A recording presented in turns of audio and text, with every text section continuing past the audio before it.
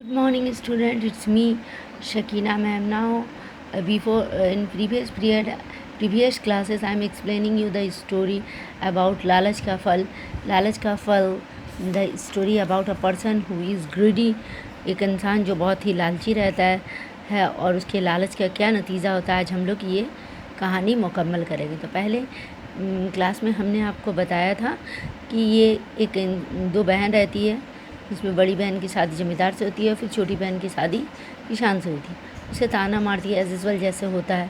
फिर जो किसान रहता है वो ज़मीन खरीद के खेती करके बहुत अच्छा खासा दौलत जमा कर लेता है, लेकिन इसकी जो लालच रहती है वो ख़त्म नहीं होती। वो और भी दौलत कमाना चाहता है और भी ज़्यादा रईस होना चाहता है। फिर ऐसे ही उस शख्स का नाम क्या रहा था, किसान का, सिद्धू एक बहुत बड़ा ज़मींदार बन जाता है और बहुत सारी ज़मीनें, खेत, अच्छे घर, सब कुछ होते हैं, लेकिन इसके बावजूद उसका लालच खत्म नहीं।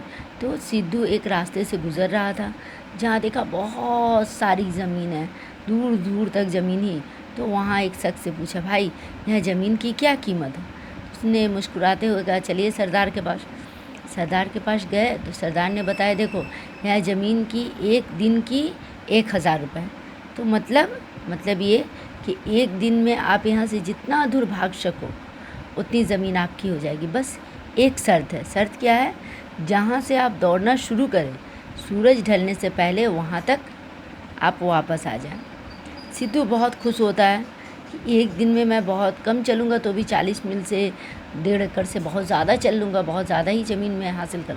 यही ख्याल में वो रात भर सोता नहीं है, इसी ख्याल में खोया रहता है। जब सुबह होती है तो सारे लोग इकट्ठे होते हैं और वो दौड़ना शुरू कर देते हैं। दौड़ते दौड़ते दोपहर होती है, देखता है कि अभी तो मैं उतना नहीं क्रॉस किया हूँ, और थोड़ा चलता हूँ फिर वापस जाऊँगा।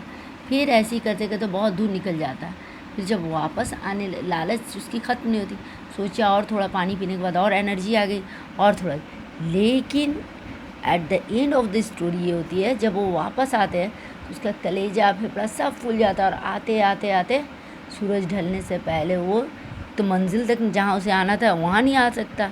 फिर वो बीच में ही गिर जाता है, उसके मुंह से पूरे खून निकल आने लगते हैं। जो उसका साथी था देखता है तो वो मर चुका था। इस कहानी से हमें ये सबक मिलता है कि हमें लालच नहीं करनी चाहिए। अगर वो थोड़ा चलने के बाद अगर वापस आ जाता तो अपने मंजिल तक पहुंच जाता और उसकी उतनी ज़मीन हो जाती, लेकिन वो लालच से वो दौड़ता गया और वापस आते वक्त वो वापस आ ना सका। Okay, the moral of the story यही है कि लालच का फल बुरा हो। तो आपका होमवर्क ये रहेगा कि आपको चैप्टर 1 नंबर 2 नंबर बुक में सॉल्व करना। Okay, we will meet.